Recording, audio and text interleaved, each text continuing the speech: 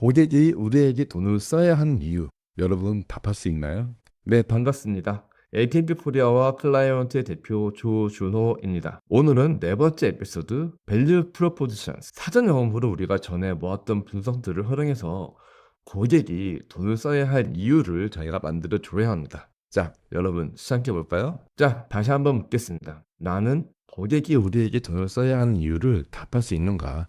네, 솔직히 굉장히 어려운 질문이에요. 그래서 오늘 오늘 저는 네 가지로 풀어드리겠습니다. 첫 번째로는 밸류 프로포지션의 함정, 두 번째로는 VP의 정의와 요소, 그리고 마지막은 페르소나별 VP, 그리고 통합적인 VP가 무엇인가? 그리고 마지막으로 베스트 프랙티스 세 가지 설명하겠습니다. 자, 시작해 보시죠. 자, 첫 번째입니다.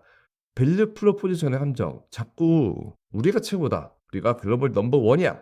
하는 거, 뭐 회사 연예계 자랑과 스펙 나열하고 뭐 추상적으로 최고 최고 최고 막 이런 것들, 그리고 각 분류마다 똑같은 메시지 보내는 거, 네, 그리고 우리 선택해 주면 정말 감사하겠습니다. 네, 이렇게는 하면 안 됩니다. 제가 같이 일했던 심지어 글로벌 대기업들도 우리가 글로벌 넘버원이다라고 얘기를 잘 안 하더라고요. 그들이 하는 이야기는 고객이 얻을 가치에 집중해서 그들이 왜 우리를 뽑아야 하는가를 주로 이야기합니다. 그게 바로 밸류 프로포지션입니다. 자, 그럼 다음은 이제 밸류 프로포지션의 정의가 뭘까요? 네, 방금 말씀드렸죠. 고객이 얻을 가치, 그리고 거기 더해서 왜 우리인가? 그걸 풀면 다음 세 가지 질문이 나올 수 있는데요. 네, 첫 번째로는 what, 솔루션이 고객 상황에 어떤 가치를 주는가? 그리고 how, 그 가치를 어떻게 측정할 것인가? 마지막으로 why, 경쟁사 대비 왜 우리인가? 그리고 이걸 한 줄로 고객이 돈을 써야 할 이유가 무엇인가? 우리 자랑이 아니라 고객의 결과가 중심이 되어야 합니다.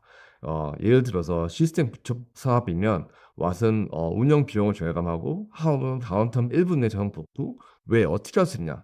고객사의 전문 상주 운영 인력을 배치하겠다. 예, 이거 좀 심플하죠? 네, 넘어가겠습니다. 그럼 좋은 VP의 다섯 가지 정량적인 요소는 무엇인가?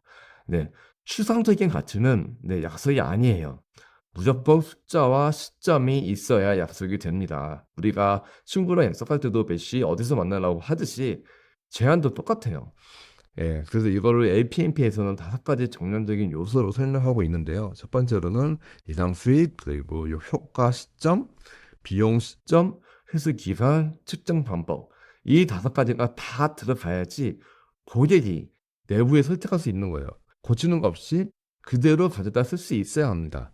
이런 정량 지표가 없이는 고객은 한 발자국도 앞으로 진행할 수가 없어요. 고객은 결국에 자기를 한 발자국 앞으로 내딛는 파트너를 선호할 수밖에 없습니다. 네, 세 번째는 페르소나별로 이제 여러 가지 밸류 프로포지션을 만들어야 합니다. 네, 지난번에 제가 시장님, 기장님, 주무관님 등으로 말씀드렸죠. 같은 솔루션에서 다른 강조점의 VP가 나옵니다. 시장님은 사실 시민의 만족도, 시장님은 이제 선호도가 굉장히 중요한 거죠. 시민들의 얼마나 자기 선호도가 올라갔는지, 그리고 기장님은 뭐 SLA나 레퍼런스, 주무관님은 업무 시간의 절감. 네, 한 메시지로 셋 다 잡으려는 건 아무것도 못 잡는 거예요. 그래서 제가 한 페이지에 다 담수 있으면 좋겠지만 담수 없다면 여러 페이지로 나눠도 괜찮습니다. 그리고 발표 때 틸이 있다면 해당 내용의 담당자와 눈을 마주치면서 하면 효과가 아주 좋습니다. 이 회사는 나를 배려해주고 있구나 라는 마음이 들게 될 테니까요. 네, 그리고 통합적인 빌드 프로포지션, 네, 서머리죠. 예, 익스큐티브 서머리 들어보셨나요? 예, 좀 익숙치 않으시죠? 이거는 주로 외국에서 하는 건데요. 제안서 초기에 들어가는 사업 개요 같은 건데 훨씬 더 의사결정자의 포커싱이 되어 있어요. 이것만 봐도 결정을 할 수 있을 정도로 만드는 게 이 익스큐티브 서머리라고 보시면 됩니다. 예, 슬라이드 예시를 제가 보여드렸는데요. 시장님, 기자님, 주무관님 이 세 개의 페르소나의 핵심 가치를 이렇게 한 문장으로 한 문단으로 담았어요. 뭐 선호도 조사 플러스 12%, SLA 90% 무프로 주간 8시간 절감이 된다. 이렇게 셋이 동시에 익스큐티브 서머리에 한 문단으로 들어가는 거죠. 예, PT 발표 때도 이 인트로가 굉장히 중요하잖아요. 예, 모든 고객의 미팅 때마다 발표 때마다 이런 식으로 엘리베이터 피치에 사용하시면 됩니다.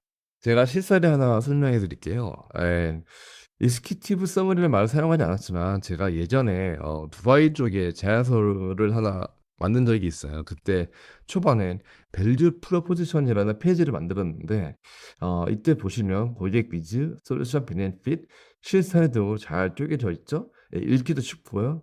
근데 오늘 저도 이렇게 강의를 만들다 보니까 좀 아쉽다고 느껴지는 건 바로 여기에 정량적인 요소가 들어가 있는 게 없죠.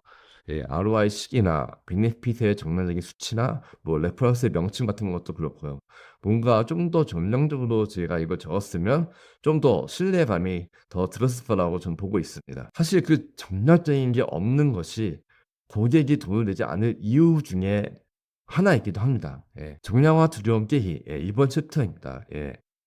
회귀 패턴 세 가지 예시를 들면요. 뭐 진행 상황 봐서 하겠습니다. 이런 솔루션을 좀 전문적으로 만들기 어려워요. 비슷한 사례에서는 뭐 이런 것들은 지양해야 합니다.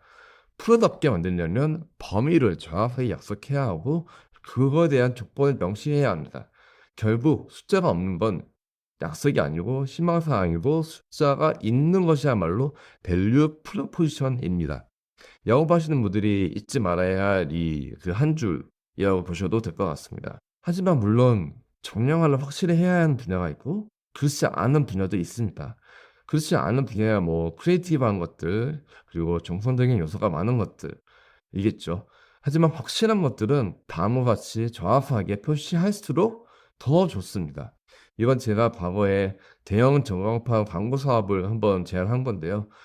그중에 한 페이지인데 운영을 얼마에 해보고 단가가 얼마가 나오고 결국 우리의 손익분기점은 언제고 그래서 총 얼마를 벌 수 있는지 이렇게 명확하게 제공할 수 있어야 고객이 판단할 수 있습니다. 자, 마지막 정리입니다. 고객이 우리에게 돈을 내야 하는 이유, 바로 이 세 가지 핵심 밸류 프로포지션 요소로 설명하시면 됩니다. 첫째, 내 자랑이 아닌 고객 가치를 약속해야 합니다. 둘째, 다섯 가지 정량 요소로 답을 해야 합니다. 예상 수익, 효과 시점, 비용 시점, 회수 기간, 측정 방법 등이죠. 마지막 세 번째, 페르소나별로 밸류 프로포지션을 잘 잡고 보기 좋게 간결하게 설명할 수 있어야 합니다. 자, 이제 여러분도 고객이 우리에게 돈을 내야 하는 이유 설명할 수 있겠죠? 빌드 프로포지션 잘 만들었고 자신만만해서 제안서에 들어갔는데 떨어진 경험 다들 있으실 거예요. 예, 저도 있습니다. 우리 VP가 약해서 그런가? 아니죠. 예, 경쟁사 VP가 우리보다 더 나았기 때문일 수도 있습니다. 그러니까 밸류 프로포지션을 확실히 만든 다음에 꼭 던져야 할 질문 하나가 있습니다. 나는 우리가 경쟁사보다 더 나은 점을 고객사한테 설명할 수 있는가?